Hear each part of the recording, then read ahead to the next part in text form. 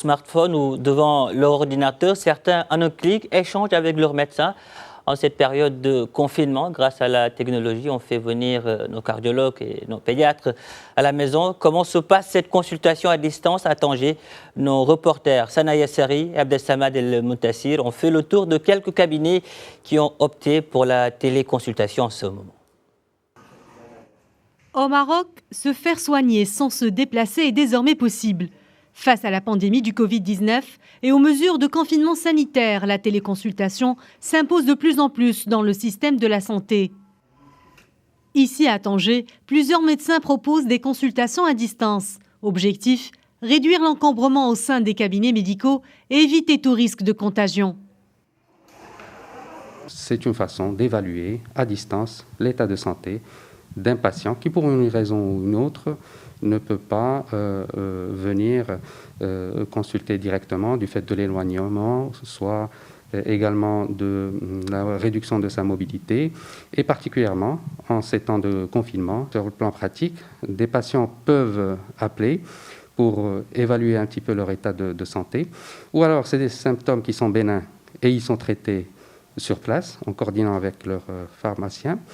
Ou alors, ils peuvent parfois présenter des symptômes qui sont bénins, mais qui sont évocateurs, restant dans le contexte du Covid, dans lequel cas, le médecin explique, informe et oriente vers le circuit qui a été établi par les instances sanitaires compétentes.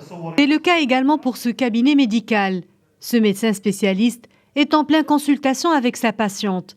Comme dans une consultation classique, il pose des questions et affinit son diagnostic. Il faut que le moyen que l'on utilise technique, qu'il soit à la perfection, on ne peut pas se permettre des imperfections parce que ça peut prêter à des confusions, à des problèmes d'interprétation. Il faut que le moyen technique soit correct.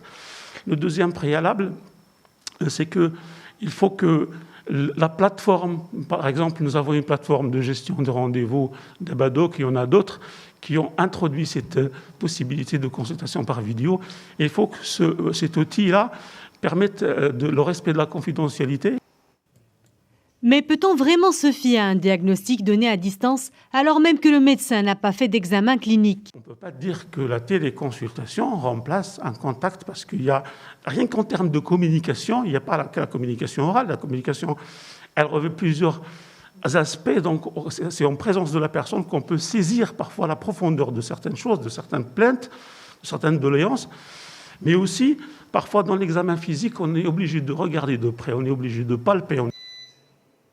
Depuis le début du confinement, l'accès aux services et aux centres hospitaliers est au ralenti. Selon une récente enquête du Haut Commissariat au Plan, les ménages atteints de maladies chroniques renoncent à 40% aux services médicaux par peur d'être contaminés par le Covid-19 et à 53% en cas de maladie ordinaire.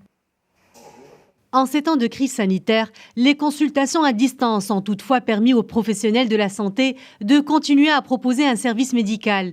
Le coronavirus n'est pas le seul virus à sévir.